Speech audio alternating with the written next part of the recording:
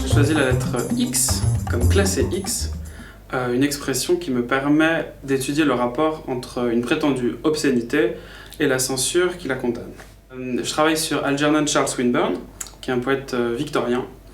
De son vivant, sa réputation était plutôt sulfureuse.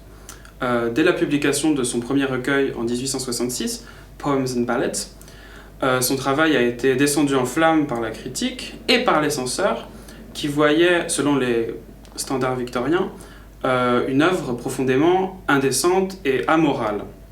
Le recueil traite de différents thèmes qui faisaient scandale à l'époque, comme le blasphème et l'homosexualité, jusqu'à la nécrophilie, le sadomasochisme, l'autoflagellation, etc., etc.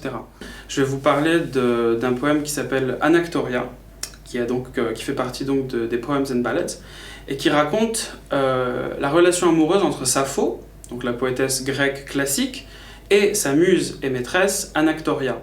On a tous cette image d'Épinal de Sappho sur sa falaise, qui attend les oiseaux qui viennent vers elle, qui écrit, etc. Quelque chose de très romantique, très policé, très classique. Swinburne prend le contre-pied de cela et raconte leurs amours charnels. Il raconte que leur amour physique se base sur la torture, sur la violence, et que l'amour et le plaisir sexuel vont forcément de pair avec la douleur physique. Pour lui, la poésie était une forme complète, qui se contenait elle-même et qui ne dépendait pas, par essence, de la morale éphémère d'une époque. Ce que les censeurs reprochaient à Swinburne, c'était justement de se positionner hors de son temps, d'une certaine manière, hors de ce que la morale préconisait. Effectivement, le pari de Swinburne, avec les Poems and Ballads, c'était de traiter des thèmes a priori choquants et scandaleux, à escient, et le faire tout en utilisant les attributs du beau.